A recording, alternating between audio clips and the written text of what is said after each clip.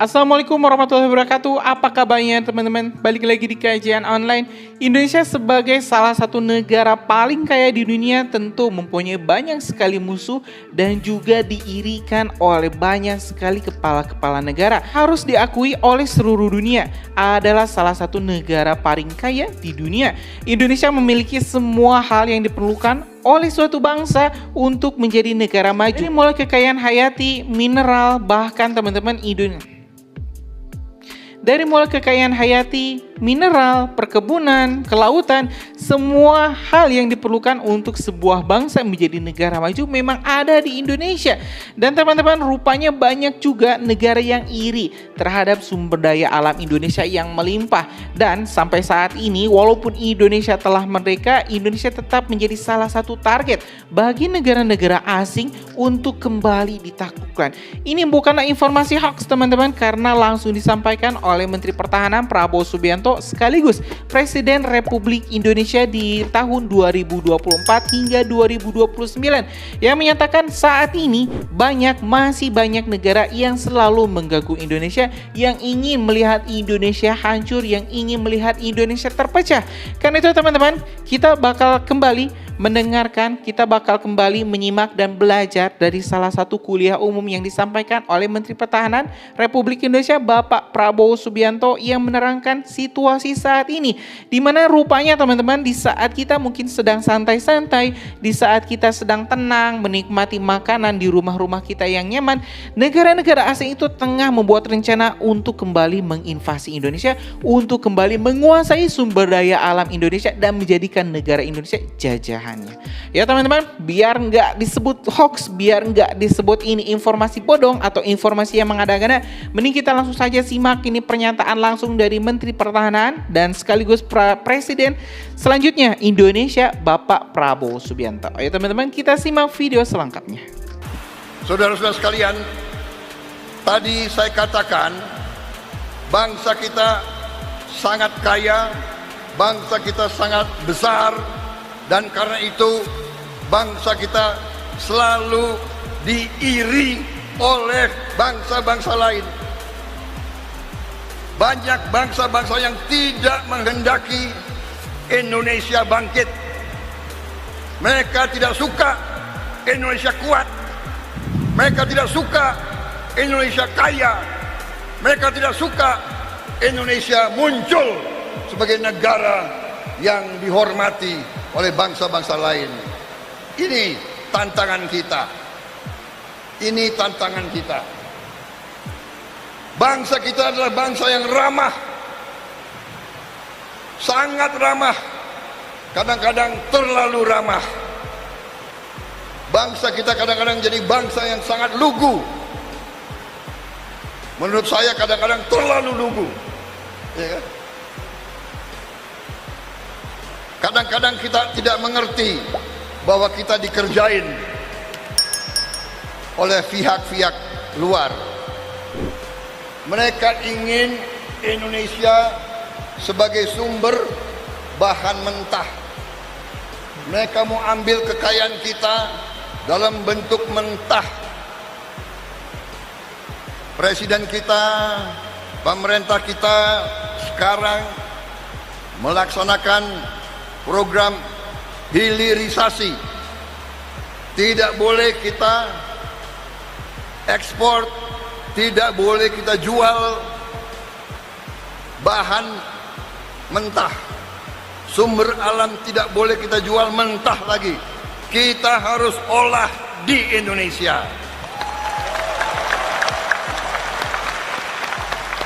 Pabrik-pabrik semuanya harus di Indonesia.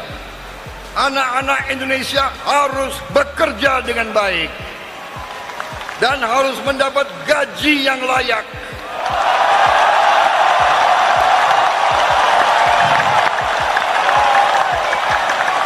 Setuju. Kita tidak mau anak-anak Indonesia, kita tidak mau rakyat Indonesia hanya selalu menerima UMR terus. Ini mimpi kita semua teman-teman. Ini mimpi kita semua. Saya bagian dari pemerintah Pak Jokowi. Saya di dalam, dulu di luar. Dulu rival, sekarang anak buah. Saya saksi. Strategi beliau benar. Strategi beliau benar dan keputusan-keputusan beliau selalu pro Indonesia dan pro rakyat Indonesia. Karena itu saya tidak ragu-ragu untuk mengatakan yang benar-benar dan yang tidak benar. Kita berada di jalan yang benar, saudara-saudara sekalian. Dengan yang sudah dirintis, apabila nanti kita teruskan arah pembangunan kita, saya hakul yakin bahwa Indonesia bisa makmur dan rakyatnya bisa hidup sejahtera. Amin. Indonesia punya banyak anak-anak pinter, Kalau saya ke Jepang, kalau saya ke Timur Tengah, kalau saya ke Amerika, kalau saya ke Eropa, saya ketemu anak-anak Indonesia bekerja di perusahaan-perusahaan terbesar, terbaik di dunia. Banyak yang dulu bekerja di PT DI. Tidak ada masalah, biar mereka kerja di luar, biar mereka dapat pengalaman, biar mereka menimba ilmu. Pada saatnya mereka kembali, mereka bersama-sama akan membangun seluruh industri kita, saudara-saudara.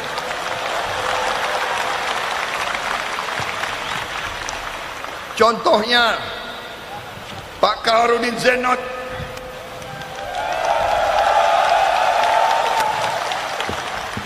lama di luar negeri, lama di Jepang. Saking lamanya kepalanya jadi botak. Orang botak tandanya pinter. Benar. Saya juga udah mulai botak juga nih. Pak Zenot ini lama di Jepang. Saya dengar ini ada anak Indonesia yang pinter. Saya cari, ketemu. Saya bilang, Anda harus berbakti kepada bangsa dan negara. Dan alhamdulillah Presiden Jokowi setuju. Beliau jadi dirut PT PAL.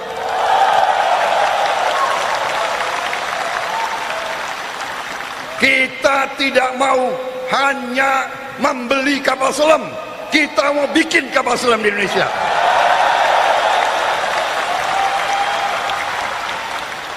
Kita tidak mau beli UAV. Kita mau bikin UAV di Indonesia.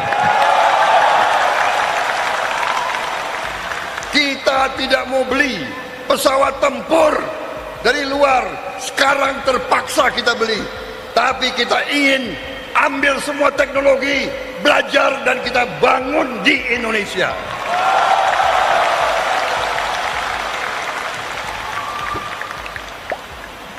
Juga ada putra Indonesia, Profesor Sigit,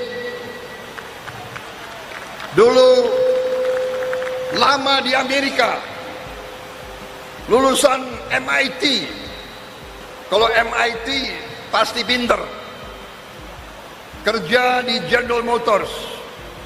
Pulang, saya dengar ada orang ini, saya minta bantu masuk PT Pindad.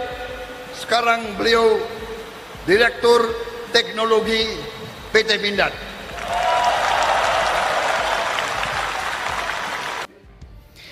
Ya teman-teman, sangat luar biasa, sangat menambah semangat kita semua mendengarkan penyampaian Kewaliahu Umum dari Presiden terpilih Prabowo Subianto sekaligus Menteri Pertahanan. Benar-benar telah membakar semangat seluruh pemuda-pemudi rakyat Indonesia yang dulu mungkin menginginkan punya sosok pemimpin seperti Pak Prabowo yang pro rakyat, yang pro industri Indonesia. Ya teman-teman, sangat luar biasa sekali kalau misalnya kita simak pernyataan dari Pak Prabowo, di mana Pak Prabowo menyatakan bahwa Indonesia ini negara kaya, tapi kita tidak bisa mengelolanya, maka kita harus mengelolanya agar Indonesia menjadi negara yang maju, agar Indonesia bisa menjadi negara kaya. Dan Pak Prabowo juga tadi menyatakan bahwa banyak negara, teman-teman, banyak sekali negara-negara besar di dunia yang tidak mau melihat Indonesia maju, melihat Indonesia bangkit, melihat Indonesia menjadi negara adidaya. Jadi memang miris teman-teman saat misalnya pemimpin kita, rakyat kita punya cita-cita yang sama untuk Indonesia bisa mandiri, untuk Indonesia bisa merakit, membuat senjatanya sendiri, peralatan tempurnya sendiri, bisa membuat EV, mobil listriknya sendiri. Tapi masih saja teman-teman, ini banyak sekali netizen Indonesia, mungkin rakyat Indonesia yang berpikir, lah Indonesia nggak akan mampu, lah Indonesia cuma mimpi. Dan saya yakin teman-teman, ya, ada juga yang mungkin berkomentar di kolom komentar di video ini yang menyatakan, ya ini cuma informasi hoax, ini cuma informasi bohong, ini adminnya tukang ngimbul lah, tukang apalah. Ya itu memang sudah, ya itu memang ya itu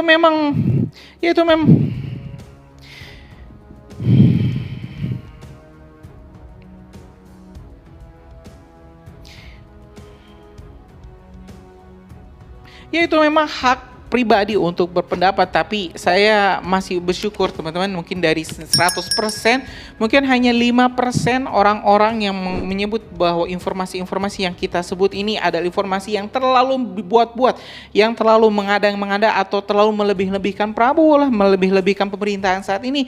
Tapi kalau misalnya kita lihat teman-teman dari periode sebelumnya, mana Prabowo, mana pemimpin yang berani melakukan hilirisasi, mana pemimpin yang berani untuk menghidupkan lagi PT Dirgantara, PT PAL, PT Pindad yang berani untuk memberikan tender-tender proyek ke Indonesia.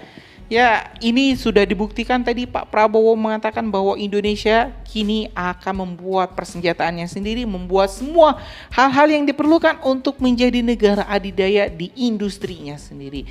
Ya mungkin itu teman-teman informasi kita hari ini. Terima kasih telah menyimak video informasi dari Kajian Online. Kita bakal upload video-video menarik lainnya di Kajian Online, karena itu subscribe dan nyalakan lonceng notifikasinya biar teman-teman gak ketinggal informasi menarik lainnya di Kajian Online. Assalamualaikum warahmatullahi wabarakatuh.